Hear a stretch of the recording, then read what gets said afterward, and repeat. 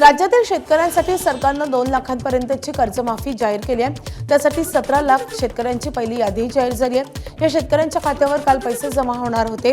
मुख्यमंत्र्यांच्या उपस्थितीत त्यासाठीच्या कार्यक्रमाचं आयोजनही करण्यात आलं होतं, पण तांत्रिक अडचणींमुळे कर्जमाफीच्या रकमेसाठी शेतकऱ्यांना आता वाट पाहावी लागते।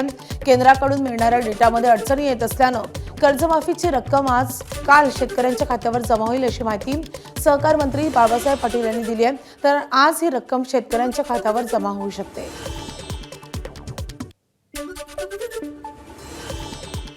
यामध्ये खूप गांभीर्याने घेतलेलं आहे, पण थोड्याशा काही या तांत्रिक टेक्निकल अडचणीमुळे थोडा डिले होऊ लागला आहे। आज आम्हाला करायचं होतं, पण माहितीकडून जर काहीतरी रेकॉर्ड मिळालं पाहिजे होतं, थोडीशी अडचण त्याच्यात आली आहे।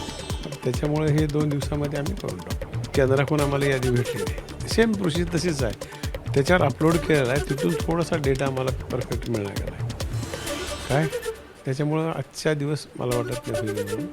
असं झालं तर आज मी करू शकतो।